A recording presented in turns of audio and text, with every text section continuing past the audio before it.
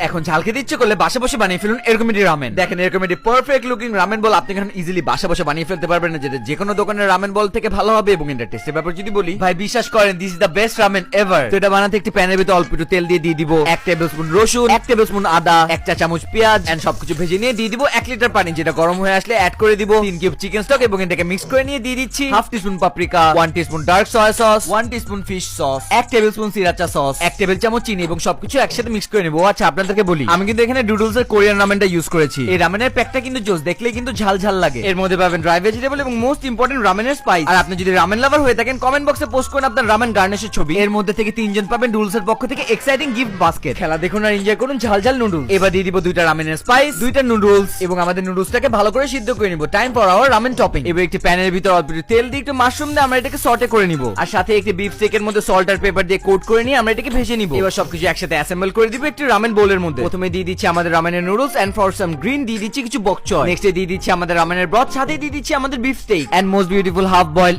Egg এবং দিয়ে দিচ্ছি আমাদের মাশরুম গুলা এবং লাস্টে দিয়ে দিব কিছু sweet corn and to top it off some white sesame seed. Now look at that perfect looking ramen bowl. উফ আসলে কিন্তু এটা কঠিন ঝাল হয়েছিল, যেটা যে কোনো রেস্টুরেন্টের রামেনকে হার মানিয়ে দিতে পারে। এবং এটা টেস্টের ব্যাপার যদি বলি, ভাই বিশ্বাস করেন this is the best ramen ever.